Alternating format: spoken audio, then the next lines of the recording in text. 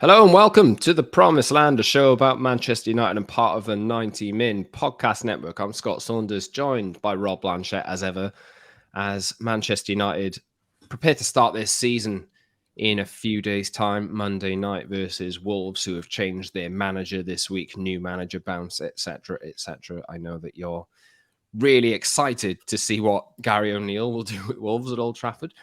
But the season is here.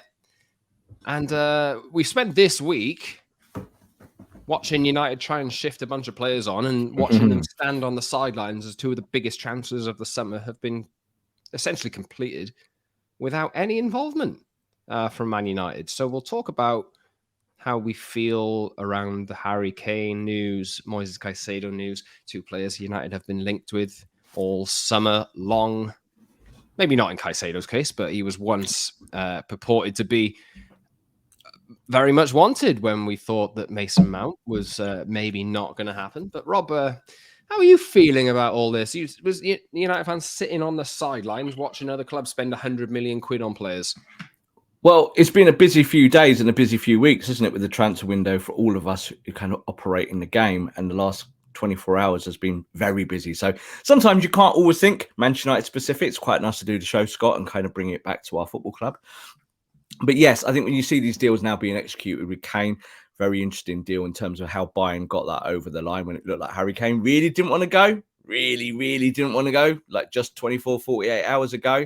And of course, we're hearing very positive things for Liverpool with Moises Caicedo. So two massive deals which are about to creep over the line. But I just want to get on with United business now, Scott. Like, I feel all right with what we've got, and I feel that United is still going to be operating till the very end of the transfer window. There is one or two targets still there that we've spoken about.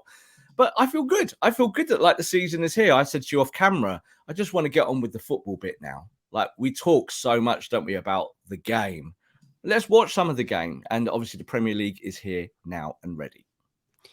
United have spent a significant chunk of money. They've bought Rasmus Højlund, obviously, who has his injury troubles. I don't think they're as bad as people have been making out. You know, don't lose your mind. It would be nice to see him from the very beginning, but that probably is not going to be the case. I'd overspent a little bit on him in some quarters, and now other clubs are going and spending 110 million on a midfielder with one season in the Premier League. Double the price of Mason Mount, who was also overpriced. It's kind of nice, actually, from my side, that United are not the club who are spending, because it just comes with automatic massive pressure. I don't know if you've ever looked at the list of players who've cost over £100 million, but it's only a handful of them who even succeeded. So, we'll see. But I think United, that position is not really a massive priority to get a starting player in there. I think United will go back in for Sofiane Amrabat over the next few days once Fred officially joins Fenerbahce and once Donny van de Beek gets sorted to Real Sociedad as well. Maybe down the line, United will be doing this again. But for now, they're sitting on the sidelines, building sensibly, which is weird. Isn't it? Well, 100 million is the new 50 million. Like, that is really the truth here, is that players now going to go in that bracket. It won't be long, Scott, until we're saying, 100 million is not a lot of money.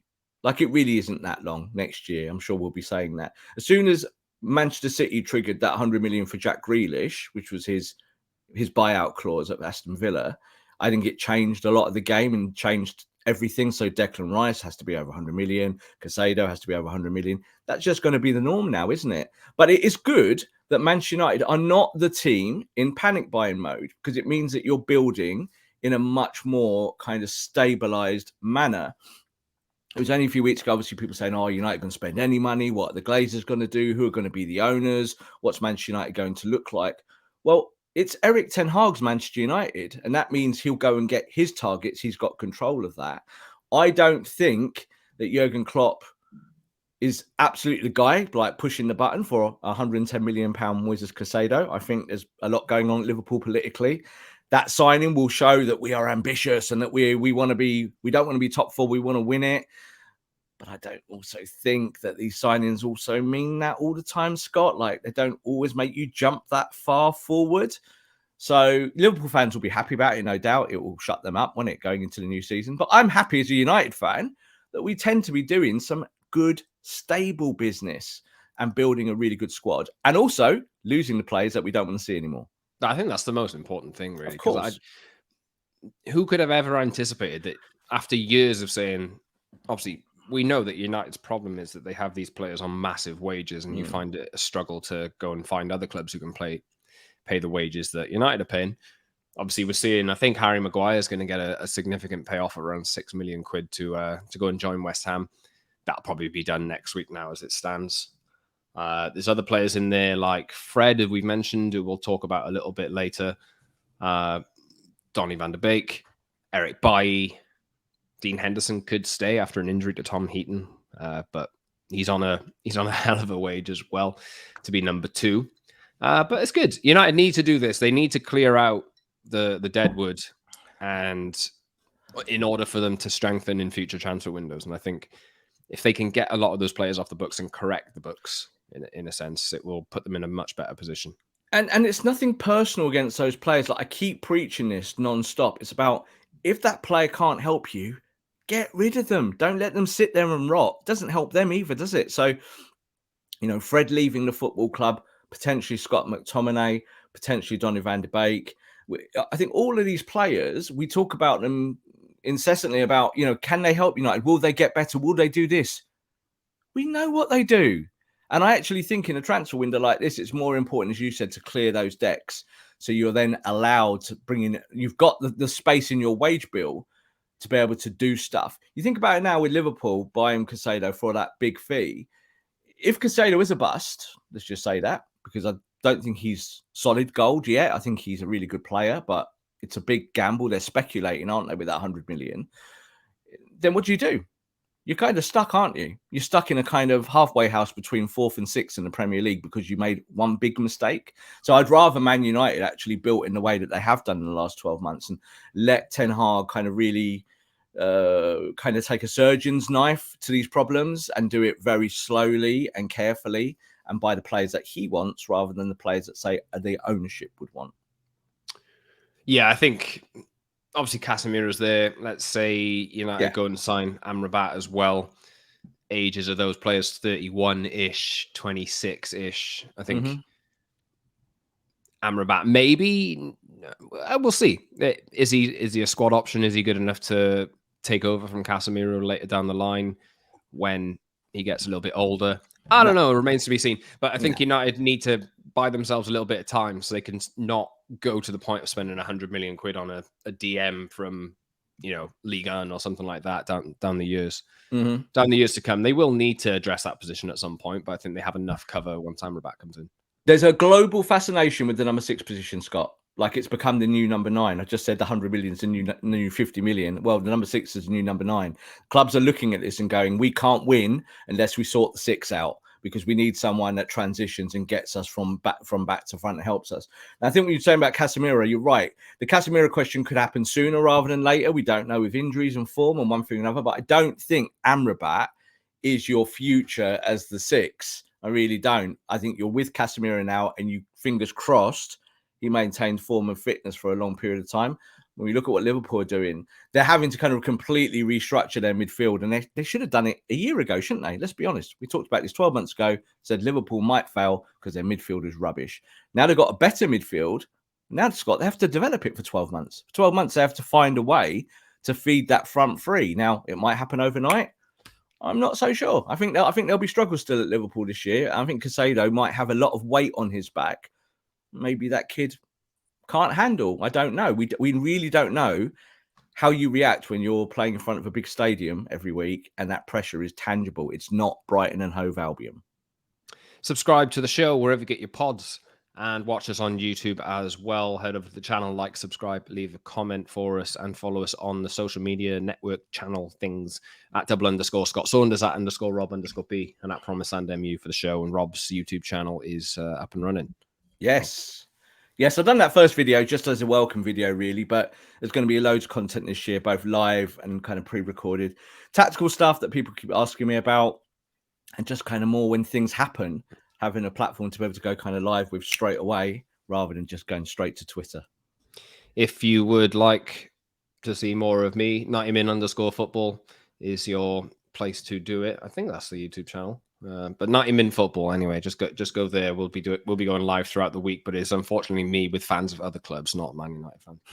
So yeah, hopefully United can actually do some stuff on the pitch so I don't get pelters every single time I record a video. But yes, Rob, we have to ask the question. We've done Caicedo a little bit. Mm-hmm. When you saw Bayern get a bid accepted for Harry Kane, how did you feel? Because my initial thought was, and this is not the right way to run a business, really. It is not. And everything that I have just said about United acting sensibly would have been going against that if United had. My thought process was match the bid, match it. If Tottenham say no, at least you matched it. But they didn't. And Harry Kane is off to the Bundesliga to score 27,000 goals. And It's 3 Bundesligas. Look, I think that you're in a rock and a hard place with Harry Kane because it was made clear very early to Manchester United that whatever they bid, Scott, Tottenham were not going to do business. Now, I think when Tottenham were not going to sell for this price either, in their own words. So that was my thought process. Is okay, yeah. They said that they weren't going to sell for this price, but we all knew that they would. Why? Because they were going to lose the player for nothing. So Harry Kane has been advised since day dot, and we've said it on this show, to stay at Tottenham and run his contract out. And that was actually the same situation 24 hours ago when Bayern came up with the deal and that Tottenham accepted that deal. Harry Kane then decided, did he want to go to Germany? I still believe Harry Kane doesn't want to go to Germany. But he's going to Germany because he doesn't want to stay at Spurs. It's kind of as basic as that. And as I said to you again off camera, I'd be interested to see what Bayern really did offer Harry in the end, because there's no doubt that they've sweetened this deal to get it over the line, because 24 hours ago, they were panicking in Germany and panicking in Bavaria because the player who'd kind of hinted that he'd be interested to come and had looked at houses in the area, etc., was suddenly getting cold feet because he didn't know whether he should sign or not. But yes, he is going to Bayern Munich. Yes, he's about to get on a plane now to fly out there and get everything sorted and his medical and sign the deal. And I don't know with Manchester, like we're saying there, Scott, this is the politics of football, is that it was made clear so clearly to Manchester United very early on that any bid that you put in, we're just not doing business. And I think United went, all right, Em, bye. And that is the right way to do your business, Scott. And like you're saying there, oh, but what if they had? What if they had? I don't think you ever got to that situation in this deal. If Harry Kane had said, I'm absolutely not going to Bayern Munich, like today, you might have thought about it. You might have thought, is this a chance? But I also think United do need to be stable in their spending here. And maybe Harry Kane doesn't match that. You know, he's going to be in £500,000 a week if he came to United. We're talking about clearing the wages. What are you clearing them for? Just one player or 2 or 3 or 4 or 5? I think Ten Hag thinks more, doesn't he? Ten Hag thinks, I've bought Højlund. I'm going to stick with this boy. I'm going to develop him. And we're going to do it at the right pace. So I'm okay with it. I'd love to have seen Harry Kane at Manchester United. Everybody knows that. But I think at the same time, we have to practice what we preach. And we're happy that United are trying to be stable here and not getting involved with the Tottenhams of this world, trying to break the bank and kind of saying, well, it's 110 million. Come on, Harry, come to us. We'll trade one Harry for another Harry. And here we go. No, I don't know. I think you've got to a situation where you have to be a little bit more frugal and a little bit more smart. If it doesn't work, you could offer 12 months time, low ball price, and maybe not 12 months, but down the line, maybe if you want a safe guarantee. If it doesn't work, anyway, yeah. United should be behaving the way that they have behaved. I think. We can't be contradictory, can we? Like, even though it feels like that. Chance. No, as much as my personal desire to see somebody like Harry Kane in the team, United have just bought Rasmus Højlund, who is literally, I think they've bought him, and he is the perfect prototype for what Erik ten Hag wants in a striker. Absolutely. He absolutely £72 million number 9. So like it's not like a 20 million quid young lad, is it? It's someone that you've really gambled on and bet on, and you've gone, right, we're going to develop this guy and do it. So yeah, I think the Harry Kane ship sailed long ago, but I'm really interested to see what got it over the line. We'll see that in the next few days. Let's see Harry go. I've always dreamed of playing in Bavaria. Let's just see what that first presser is. And good luck to Harry Kane in the Bundesliga. Like you said, he'll score 3 million goals. He'll be the Haaland of the Bundesliga. He'll score every week, and Bayern Munich will win the title by 10 points, and no one will care. So it's like, let's see how it goes. Get that Bundesliga medal, and that dish. Looks like the Charity Shield. Yay. Let's just see if he can find a way to making the Bundesliga more exciting, because I think Harry Kane being there is good for Bayern Munich, and I think they could win the Champions League with him. So I understand why they're spending that money on him. Interesting to see. He could win a trophy tomorrow. He could. which is pretty wild.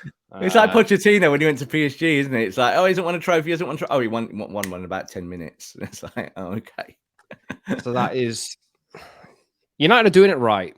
And as much as you want to see them actually go and absolutely smash it and get a player who absolutely guarantees them that they'll be thrust into a title race, what I will say is these two transfers are probably good news for United in the fact that I don't know if it necessarily strengthens their top four bid, but it weakens Tottenham's bid. Not that they were ever really in it. I think, they finished 7th or 8th last season as it was with Harry Kane himself. So they have their own problems. Chelsea getting Caicedo probably would have taken them closer. I know we're going to do some predictions later in the show, but I think we both have Chelsea 5th. Do you have Chelsea 5th? I'm looking at my league table here because I've written it all out for the show and for other shows, and I've got Chelsea 5th. And do you know what? I've got Tottenham 10th. Wow, interesting. And I had Tottenham 10th even with Harry Kane, so I don't know where that's going to go now. It'll be a fun team to watch this season. Yeah. And I also think United play Tottenham next weekend at Tottenham. And every Tottenham fan I've spoken to has said, we'll score a lot of goals, but we're going to concede a hell of a lot as well, because we're going to play a high line. And the way that United are actually going to play is we want to hit teams on the transition. And if they're doing that quite well, I think they could score a lot of goals at Tottenham. We'll see. And we'll see how Postecoglou kind of adapts to the Premier League, because he does have this kind of mad attacking style. And I do think that good tactical teams will be able to pick holes in that and hit them in transition. And Erik ten Hag's been preaching about how he wants United to be the best transition team in the world. And we've seen it in pre-season with kind of how United want to be. So, that will be an interesting. There's going to be loads of interesting tactical battles this year, Scott, isn't there? There's going to be loads of teams trying to play different styles. I'll say this last thing on Harry Kane. It reminds me a little bit of when Liverpool sold Michael Owen to Real Madrid. And people said, but what will happen to Liverpool? Like, now they've sold this, this is our best player. And they won the Champions League the following year. So I'm not saying Tottenham are going to do that, but Tottenham might actually surprise a lot of us and have a decent season. Say Son takes over the goal scoring. Say Tottenham goes by a good number 9 now to replace Harry Kane. It's not always doom and gloom. You just have to wait and see. They already have a 60 million striker who's just waiting in the wings to step in. Richarlison, whatever you think of him, I think he could score some Premier League goals, especially if Tottenham are going to create a lot of chances. James Maddison's a good player as well. Yeah. And but we'll see. I mean, I think what I was getting at there is I think United will get top 4 anyway, or top 5. It could even be top 5 by the end of the season, depending on how English teams do in Europe. Yeah. But I think these two deals in themselves have actually strengthened United's bid to actually get in those. As long as United do their job, I think they're pretty much within that mix of 2 to 4. This is going to be, I think, the tightest top 6 in history. That's a big call. But I actually think when you look at the teams at the top, these teams are all building kind of almost in line with each other. Some of them are not, but, you look at what they've got. It's too easy just to say, well, City got Haaland, they'll score loads of goals. That's great. I still think City need to just address 1 or 2 things first. But I think with Spurs, it's either going to be a big surprise of a season for them and they're going to come good under Postecoglou. I'm not convinced about the manager. That's where I am with it. I'm not convinced that Postecoglou is going to make the jump from top of the Scottish League to top 4 the Premier League. I think that's a very, very big ask. Let's Chelsea have not given up and are still trying to beat Liverpool to Caicedo. We'll see. Yeah. Let's talk about Man United selling players. Fred is going. I think, and I was going to tweet this last night, but I couldn't be bothered with the potential backlash.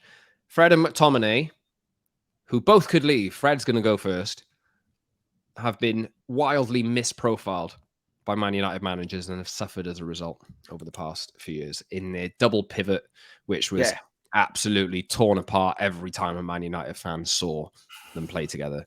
They are both, in my money, they are both advanced high pressure number 8s. And you don't get that when you're in a double pivot and you don't have anybody behind you. So how do you reflect on Fred's spell at Man United? Well, it's interesting you mentioned the double pivot because it used to be like a running joke on the United Masterclass when we used to do it, because it used to be every week. The tactic was, Ole Gunnar Solskjaer, 4-2-3-1 double pivot. That's it. And what did you do? It was Fred and McTominay, wasn't it? You're right. I think the things with Fred is that he came to Manchester United as potentially supposed to be a number 8 who could do different things for you, who could do defensive work, who could run around, who had technique and technicality. Did we see any of it? Not really. But again, I think a lot of this is down to managers and tactics and all of those things. So I feel, do I feel sorry for McFred?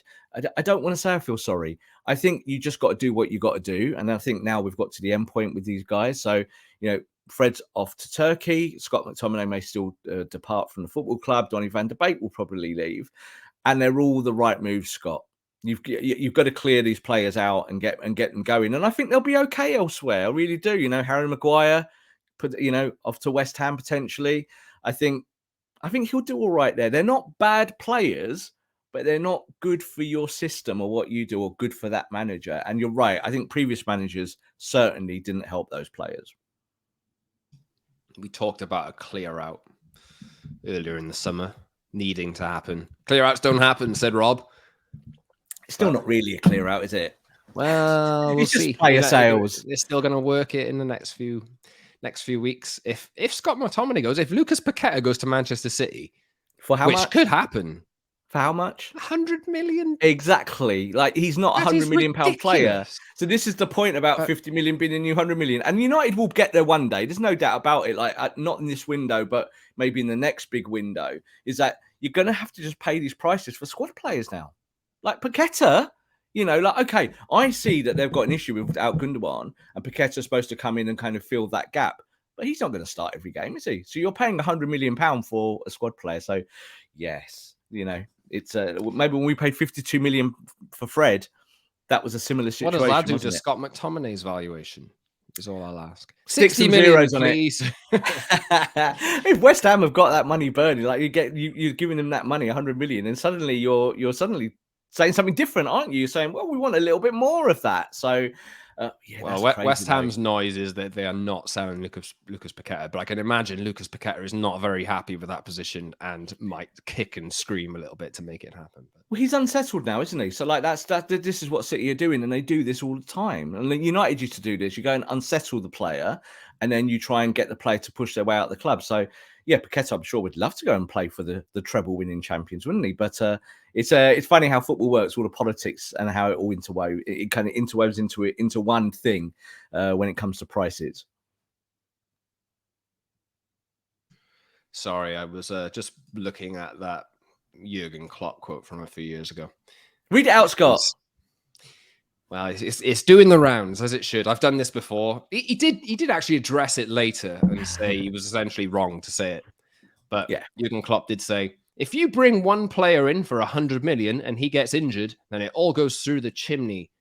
The day that this is football, I'm not in a job anymore. And this is apparently football today for you. He was talking about Paul Pogba, wasn't he? Talking about Paul Pogba in 2016. And he was right about Paul Pogba. Not be funny, that Paul Pogba also, did get injured. Man United are not even now in the top 5 transfer fees spent in Premier League history. Good. Which is fitting. It's funny how things change. Yeah, it's funny. And football is a game of contradictions. I think with Jurgen Klopp, I'm sure he wishes he didn't say it, but do you know what also, Scott? I don't think he cares. Doesn't care. When he paid 80-odd million for Van Dijk and almost the same amount of money for his goalkeeper, it was a similar situation there because he was talking about buying players for 20, 30, 40, 50 million. Liverpool spend money when they need to. That's just what it is, and they need to spend money at this moment. I don't think United need to be in that same ballpark, but they will be not long, Scott. Like, if you're going to replace Casemiro in the next year, 2 or 3, number 6 is the new glamour position. And there's not many of them out there who are great. You might be spending 100 million. Yes. Paqueta for 100 million, though. Still, Mason Mount was overpriced when he cost 55. Mason Mount's now a bargain. He's now a bargain. Now you look at him at that price range and you're thinking, hang on a second. When you compare a lot of these, I think Mason Mount is better than Paqueta. No offense, I do. I think what he can give you in 6 positions is more than. I like Paqueta. I think he's a really good player. No offense. I don't think he would do well at Man City, but that's how they're constructing their squad. And you've got untold riches. You can do what you want, can't you? Maybe football should put limits on these transfers, Scott. Maybe that's the next step. Can't see that happening. Anyway, what do United do next? It's only football that does this. Yeah, football's different. What do United do next then? So Fred's on his way. Other players potentially on their way. United are looking at Amrabat. I think they might do that in the next couple of weeks. Yeah, they need to raise the money first. But what about in defence? Because if Harry Maguire is going, we talked about Jean-Claire Todibo on Tuesday's show. Yeah. There have been a number of players who have emerged, and I want to have a wider conversation here. Actually, we'll talk about the player in question in a second. But United are profiling a number of different players at centre half. If Harry Maguire goes, Todibo is one. Edmund Tapsoba is one from Bayer Leverkusen. 24 years old, I believe, would be more expensive than either Todibo or the player that we're going to discuss here. Benjamin Pavard, who is he's wanted to leave Bayern all year, literally all year. Not even, I'm talking from January, February. 25, 30 million quid, French international, 27 years old, centre back, would like to play centre back, but can also play at right back, and that's generally where managers have profiled him. We don't know which way this is going to lean, but as it stands, United might pull the trigger on this one. Is this sensible? And I want to talk about the position on the whole in general, because for me, if Pavard is the player that United go and sign, they still need another centre-back longer term for me. I think they still need that young player that they're going to develop past Rafa Varane, if you know what I mean.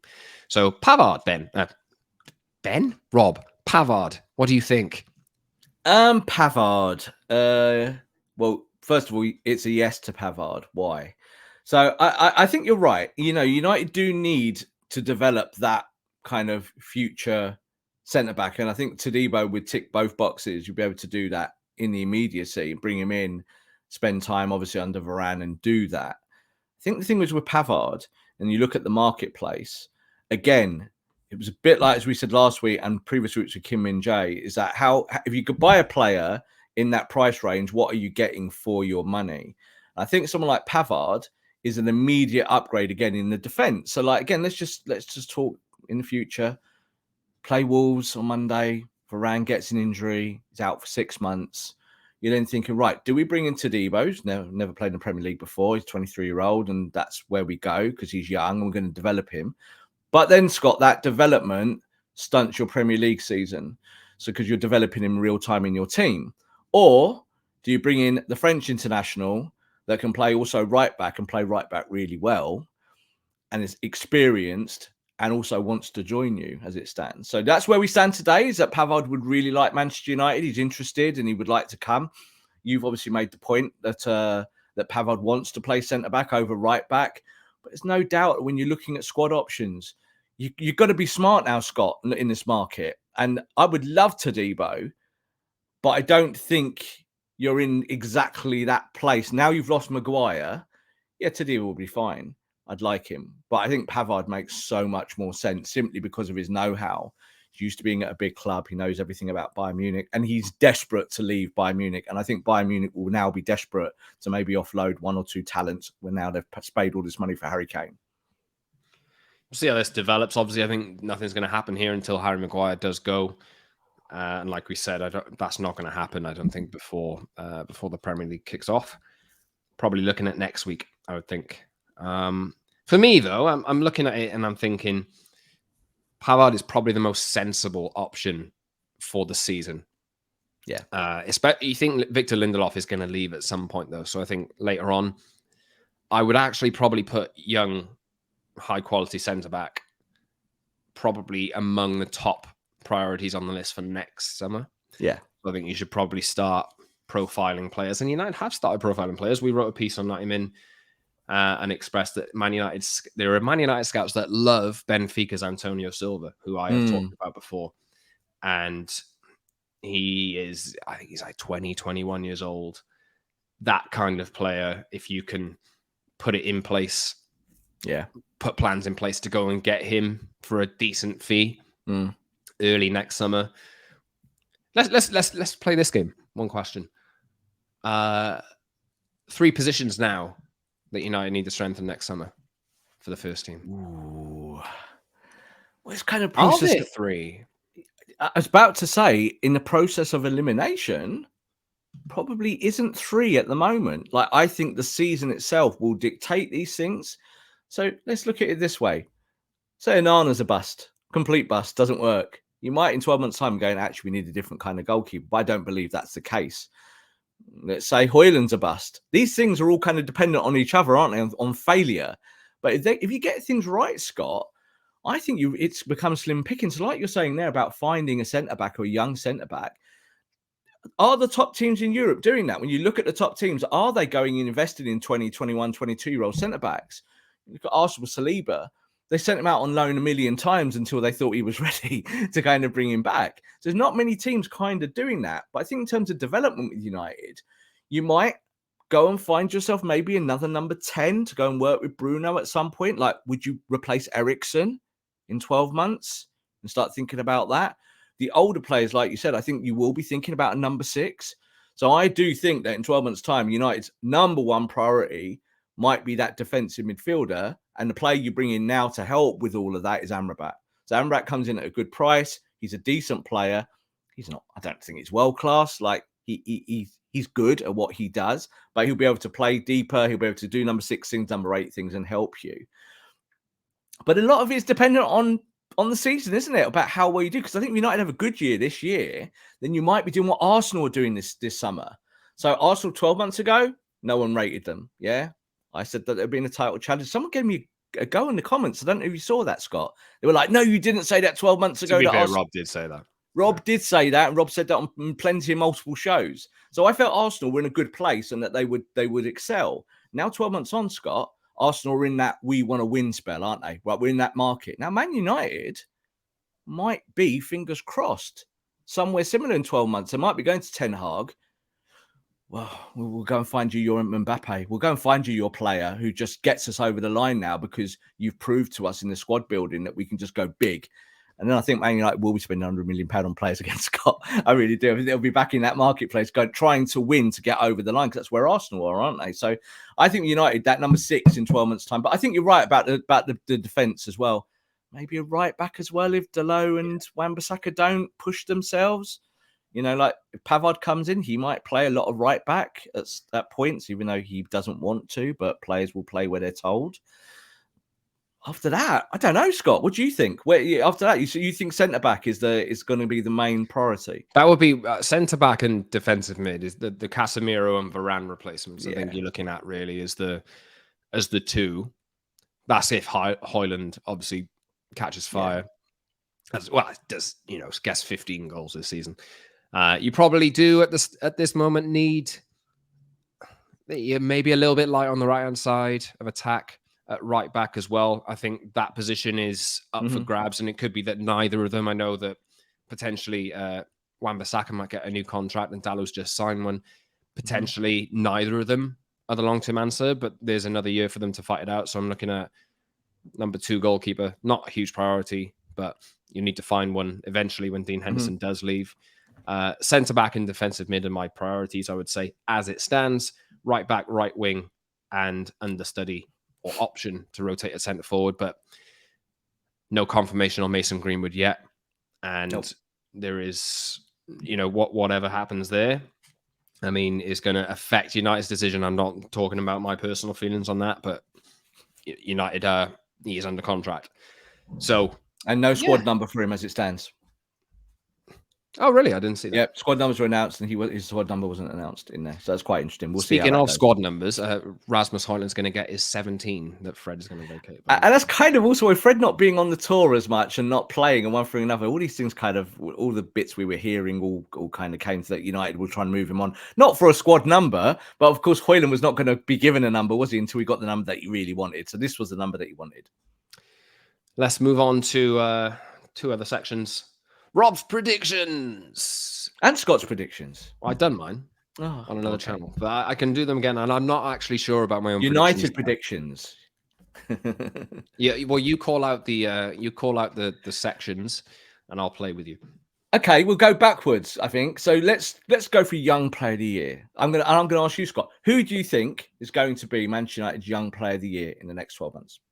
I know your answer, and I'm going to agree. I know. With you. I've kind of given you off camera because we plan stuff, don't we? I think it is a year for Garnacho to go and get a lot, contribute a lot. I think this is his time. This is Garnacho's moment, isn't it? You know, I was going to sing that song, This Is My Moment, then, but people don't want to hear me sing. But yeah, I think with Garnacho, this is his year. I think he'll be the Young Player of the Year. I love Kobe Manu, of course, and I think Kobe Manu will feature this year. Interesting you talk about the number 6 because Manu could play the 6, but I think he's better in the 8. So we might see that this year. Might see development that he becomes a more kind of robust defensive functional player. Kobe Manu might become very important. But I think when you look at Garnacho, and even just on the tour, Scott, in the glimpses, there's something about him, isn't there? Like it kind of smells like Ronaldo at that age. You know, you look at him and you see the confidence and you see, and I said it last year, 12 months ago, I'll say it again. He's a better player at this age than when I saw Cristiano at this age. He's just better. He's more rounded. He knows the game better. He's more fluid. He understands teamwork more. And he's just got that X factor, hasn't he? So yes, it's going to be, for me, it's going to be Garnacho's Young Player of the Year this year. He's also more productive than Ronaldo at this age. I don't know the numbers like off the top of my head, but he definitely and he has to be. Exactly. And he might force Marcus into doing more number 9 things. Like, you know, the manager might get 2, 3, 4 months down the line and go, oh, I want Marcus Rashford on the left-hand side, but this lad Garnacho is really good. And the funny thing was, Scott, in the youth team, Garnacho used to play the 9. Garnacho would play up top quite a bit. And I'm like, he's got a finish. He's quick. He can run off people. Might see him used as an auxiliary number 9 at times. We're not seeing it in the first team yet, and he hasn't done it for a while. But he's got that about him, isn't he? So yes, Young Player of the Year this year, I think it's Garnacho. And there's not actually very many contenders for that spot, is there, when you look at the squad? There's only Kobe, really. The other one. What's your next section? So I was going to go Player of the Year. But I tell you what, now let's go top scorer first. Top scorer. Who do you think is going to be Man United's top scorer this season?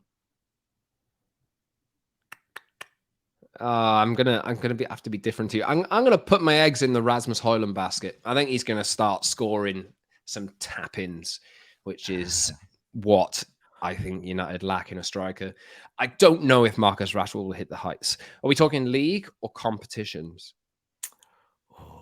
Let's just stick with the Premier League, as the Premier League is starting today. Let's go there. I'm going with Rasmus Højlund. All right, well, I'm going to go really boring and say Marcus Rashford. So I think Rashford last year and this last 12 months has seen that significant development around the penalty box, both tactically and technically. I think he's got a better finish. I think he sees the ball. He sees the game a little bit differently in that channel. And I think if he plays in his favoured position, playing on the left, then that's perfect for him. The more he plays as the 9, Scott, actually, the less he'll score, because he'll have to do some of the off-the-ball work, and he's not very good at it. So, yeah, for me, top scorer this year, plain and simple for me, Marcus Rashford. But I do also think that Rasmus will do well. Are we going to start to call him Raz? Young Raz? You can call him Raz. I'm going to call him Raz from now on. So, yeah, Raz. I think Raz will do well this year. And, yeah, double-digit return in terms of goals. And I think he might do that in the Premier League as well. What other sections have we got to discuss here? Player of the Year. Who's going to be your Player of the Year? Manchester United's Player of the Year at the end of this season. I would, while I think about who the Player of the Year will be, I would like to say that I think Anthony will have a very good year. Yes. Not that he will be good enough to win Player of the Year, but I think we will start to see exactly the player that, especially with a striker there, with Højlund there, I think we'll start to see a player who is not missing as many chances as he has missed in the past. I think he's pretty much unrivaled for that position on the right. I think he's locked in, and I could see him really starting to excel. That's going to be my surprise pick of the year, because some people think he's absolutely trash, and I do not agree with that. I think he is going to be a strong option for United in attack. Player of the year, I have to be different to you. Lisandro Martinez. Good call. Like that call. We all love a bit of Lissandro, don't we? Yeah, I think with the Anthony thing, you're right. It's no doubt having a number 9 in the middle is going to help him so much. But do you know, I also think it's going to help him, Scott? Mason Mount. So I think when Mount is drifting in the 10 and moving into that side and into that channel, it's going to give Anthony so much more time on the ball. But I just think Anthony is really important to the system off the ball, isn't he? He's just so, again, preseason, we saw it in, while we were out there in Vegas and in America. The Ten Hag system is really dependent on those wide players doing certain things. And I think Anthony, you're right, he's booked his spot there. Jadon Sancho is not going to get sniff as a right-sided forward anymore. It's just it. Jadon Sancho is a false 9 or nothing, or maybe playing off the left now and then. But yeah, I think Anthony will earn that spot this year. So my player of the year, and people will be surprised because they think I hate him, because I get it all the time, is Bruno Fernandes. So I think this is the year for Bruno to not just be the guy that gets you the clinical assist or all that. But I think this is the year for Bruno to kind of run all of that forward area from midfield and going forward, because I don't think Bruno's going to play the 10 all the time, even though I'd like him to. But I think Bruno now as the captain, this is his heart and soul moment. If Man United are going to do anything next 12 months, Scott, it's got to come through the guise of Bruno Fernandes being brilliant every week. There's no more kind of ups and down performances. Bruno's got to be up here every week, and he has to be a world-class central midfielder moving from the 8 to the 10. And I do think he can do it. Like, I know people think I'm really critical of him and that I'm over harsh on him. I do think Bruno Fernandes has got all the faculties to be the guy for Man United. So I think this season, yeah, you said Martinez. I quite like that call, because I think Martinez, every game, you just watch him and you think, so important to Man United, so good at centre-back. But for me, it's Bruno. I think Bruno's going to be the guy this year. And if Man United achieve anything, win trophies, have a title challenge, it will be because Bruno Fernandes is pushing all the buttons. Bruno is a lock-in for my FPL team. He's the absolute one for me, because I think the way that United are going to play, it's going to be all about him, really. He's not in my FPL team. No. Only because it's put me off watching pre-season and seeing how deep he's been playing. So he's going to play deep, and he's going to go for that ball through. Of course.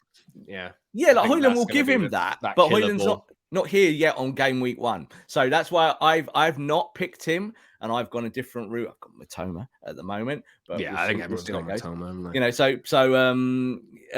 Yeah, I think with Bruno, I think through the season, we'll see that develop more, and I think Bruno will be more of a kind of number 8 moving forward. I think United will carry on with that 4-1-5. Someone criticised me the other day and said, "No, it's not 4-1-5, Rob. It's 3 at the back," and it is at times. They're right. Like United do kind of default to a 3 and let Luke Shaw go forward. He becomes one of those players. But I think within the press, Bruno Fernandes will benefit this year. Again, having Mason Mount. I think Mason Mount's going to help Bruno Fernandes a hell of a lot this year achieve his potential. So big weight on Mason Mount's shoulders as well. Your next section. Well, I was just going to say here now, like, where do you think United are going to come in the league? Like, I think, like, you've done it on another show for the whole of the league, haven't you? Like your league predictions. It's on my Instagram story as well. You can see my my predictions. Where do you think Man United are going to come in the league, Scott, and why? Before Liverpool signed Caicedo, I put United to come second. Now, I know that's a bit ambitious, but that is based on the working. Yeah, I know what you think Arsenal are going to do. I think Arsenal's squad is strong, but not super. The squad is strong, but I think they have about 16 players really that they can properly count on, and they have an extra. I think they'll go far in the Champions League, so I think they have an extra 12 games really for those players to rotate through, and I think their performance level will suffer as a result at some point. So I would put them I did have Arsenal third.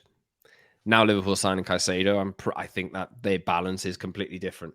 I'll stick with second for United. I'll stick with it. My initial top four was City to win the league, United second, Arsenal, and then Liverpool, and then Chelsea. That was my top 4, 5. I'll stick with it, but I think anyone from... I still think City will win the league, but anything from 2 to 4, those positions are interchangeable for me. They are kind of interchangeable. I disagree with what you're saying about Arsenal. I think this is their moment. Again, I'm not going to sing that song. I think when you look at Arsenal, what they've bought in the marketplace and how they've structured their team, they were so close last year, weren't they? And they had that year last year where they got near, they kind of reached the prize. There it is. And what did they do? They choked. And I think that's because they still had positions to kind of address. I don't say Declan Rice is the only reason why Arsenal are going to win the league. Like, I'm going to say it here, put my neck on the block. Last year I said there'd be a title challenges. This year I'm going to say they're going to win the league. But when I've kind of done the metrics and looked at some of my numbers, I think Arsenal are going to win the league by 2 points. And I think City are going to come second. I don't know those two teams are going to fall off much from last year. I don't think even Arsenal will have to get as many points as last year. I think City might decline in the running order, but I think Man United are going to come third, and I don't give two hoots about Moises Caicedo. I think Moises Caicedo is a really good player, and I think that in a finished project, like if Caicedo was going to a team now, he would bring them up. Like say Caicedo went to Arsenal. That's what Arsenal wanted originally before Declan Rice. They were desperate for Caicedo. I'd be like, Arsenal are going to win the title because of Caicedo. I don't think Liverpool are going to get that much closer, which now means they'll probably win the league. Now I'm saying this, but I don't think Caicedo week in, week out is going to provide absolutely everything Jurgen Klopp needs and absolutely everything that Salah needs, that Nunes needs, that Gakpo needs. I don't think he's that player yet. I really don't. So I'm still putting Liverpool fourth above Chelsea, but then like Liverpool, Chelsea, Newcastle, and ourselves, it's going to be horses, of course. It's going to be pretty tight. I think through the season, there'll be times where those four teams all interchange backwards and forwards, a little bit like it did last year at times. I don't see Chelsea having the disastrous season that they had before, but I also think they're going to spend a lot of time this year, Chelsea, developing, because Pochettino won't get it right on day one. And I think Liverpool will. I think Liverpool are turned the corner now where they need to be. What happens, Scott? 12 months' time, I'm telling you, Mohamed Salah will not be at Liverpool. Put that on. No, I think that's Mohamed Salah's going, so Liverpool have to find ways of making this work in 6 months with a player that's probably getting his head turned by other clubs and big money from other leagues. So I'm not quite sure with you. I don't think Liverpool, now they've got to say that they'll be better. They will be better, but I'm not quite sure that will translate into points. So third for United this year. And I do think, again, when I look at the points, I've put them to finish 6 points behind City this year. So that's closer. Yeah. And I think that's what we'll see with United is this development, because there isn't really an X factor at United unless you say that Højlund really is spectacular. Like if Højlund comes in and just materializes into a 30 goal a season striker, those extra goals will get you lots of extra points. And suddenly you're really in the title race. I think United will be in the title race for the first few months of the season. I really do. I'm not quite sure they've got the legs, but third, I think would be a very good finish. And I think they'll do well in the Champions League, Scott. We're in that weird position now of hoping English clubs will do well in the Champions League, so they get an extra spot in the competition next season as well, because that is changing to a 36-team league from next season. Champions League. Yeah, UEFA's ideas of a Super League, basically. The Super League is the Premier League, because all these clubs are spending loads and loads of money, and Man United are sitting on the sidelines just doing it quietly, which is not typically how United have been working over the last 10 years. Anyway, Man United play Wolves on Monday night. Let us know in the comments how you think United will do this season. We are still a few days away from United's opening game because they play on Monday night at Old Trafford. Wolves at home changed their manager this week. Julian Lopetegui is not happy at the way that Wolves have been conducting their business and has just left, decided to go. Gary O'Neill is in. Will this cause a miracle win for Wolves at Old Trafford? What are you expecting from United in the first game? I think we'll just see more of the same from what we've seen in the last few weeks, in terms of Man United trying to stamp their identity on these matches. Ten Hag's got it right, I think, in terms of how he wants to approach every single football match, Scott. And that is that you play the same way every week, and that you don't have these peaks and these troughs. Like, you don't play well one week and the next week you kind of fall off a little bit. And I think that when you look at the makeup of the squad, I think we're in a better position to do that. I'm not too scared of the new manager bounce. I'm really not. I think O'Neill deserves a chance. I think he's decent. I think he was very unlucky at Bournemouth. I kind of get why Bournemouth went the route they did. But I think when you look at Wolves, they are actually a team this year that I think will struggle for survival. So even if they do well at Old Trafford, like, again, when I did my table here, I've got Wolves to finish in 17th. And I think that will be by the skin of their teeth. The depth of their squad, you talk about squad depth, really isn't there. It's hemorrhaged away. I think Lopetegui did an astonishing job when he went there last year, because Lopetegui's a really top manager, and he'll be great wherever he goes, no doubt about it. But I think Wolves will be in that perpetual bubble of bottom six. But let's just hope they don't have that amazing stellar first day of the in the office against us. I think United are in a decent place at the moment, Scott. Even though we won't see our new striker for a while, I think United have got enough. Let's hope for a comfortable 3-0 win. I think Rob and we can't record next Tuesday morning. So we might be coming to you straight after that game. We'll see. Yeah. Just because there's no other time for me to record it. But we'll see. Maybe we can do that a bit more regularly moving forward. Immediate overreaction to result. Like, you tell us as the audience. You tell us what you want. You tell us what you would like to see. Would you like to see us do a live straight after the game, after the final whistle, and we can kind of talk through what we saw and what we thought and some of the tactics and whether we were happy or whether we were sad? As long as Man United win, I think we'll all be relatively happy. Yes, I've got an interesting weekend ahead. The Premier League is back. I'll be at Chelsea-Liverpool on Sunday, which is exciting. I think that's the game of the weekend. And then I'll be sitting watching United from my sofa on Monday night. And yeah, you're excited for it to be back, aren't you, Rob? Me, not so much, but you are. I'm excited for it to be back because, Scott, I like to clear my brain in these moments and just think about the football and not the other stuff that goes with it. So I try and keep it like real, if that's the way of putting it. But yeah, I'm excited because I think when we get the program of Premier League football back, it kind of makes our lives easier as well, both as journalists and fans. You get back in the rhythm of it, don't you? Because it's about the game. The transfer window so dull. Like, we have to do it. It's what it is. It's part of like our worlds and our jobs. But I like it when there's football to talk about. And even the first game of the season tonight, Burnley City. Imagine if Burnley go and beat them. Company, first game of the season. Absolutely no chance. You say no chance. I say there's a chance. They beat them 6-0 in January, February. They beat them 6-0 in January. But the reason why we love English football is because it is mad. Right? Stuff happens that just shouldn't happen. So you're right. Of course, it's easy to say that they're going to win. But you know what? There'll be Burnley fans tonight going, we're back in the top league. Can our boys just hurt them? Are City going to have a little bit of a spell here at the start of the season? It's happened before to them, where the first 6 to 10 games, they don't really bring it because they go, oh, we won everything last year. We don't need to turn up, do we? And Vincent Kompany is not going to hurt us. Vincent Kompany knows exactly what it takes to beat Manchester City. Exactly. And he knows Pep Guardiola better than anyone. So I think Burnley have got a chance, a fighting chance, a puncher's chance for a knockout. 1-0 win, maybe? Yeah, I'm going to say that. Interesting. I think City win 2-0. And just very, very anticlimactic and boring, like Manchester City are. Anyway. Excited, Scott. Come on. This is it. This is the bit we enjoy, the fun bit. Burnley tonight win. Tomorrow we're all going to be buzzing, aren't we? Build Kompany that statue. He already has it, then. He's got one. At Burnley, though. Anyway, that'll do us today. Subscribe to our show wherever you get your podcasts and watch us on YouTube twice a week, Tuesdays and Fridays. I will say again, those days might change because Man United are in the Champions League, and recording on a Friday and a Tuesday might not be the best days for us to bring you content. #content. Head over to the channel, like, subscribe, leave a comment for us as well, but we'll keep you updated on all of that. __ Scott Saunders, @_Rob_B on Twitter and YouTube. X and YouTube, sorry, and at Promise and MU for the show on X as well.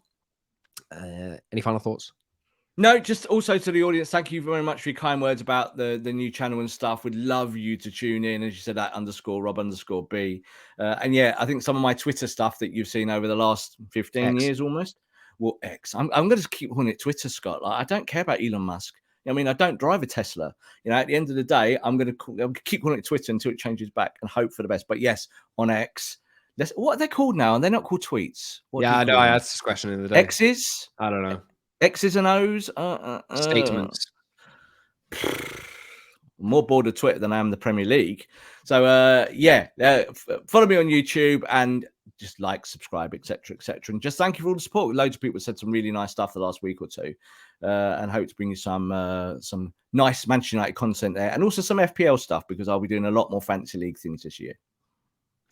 That's it. Promised Land out. We'll see you soon, everyone. Hopefully, Man United get off to a winning start in the Premier League, and there's no problems at all, and everything is comfortable, and they score 4 goals and concede none. But yes, until next time, everyone. Thanks for listening. Thanks for watching. See you soon.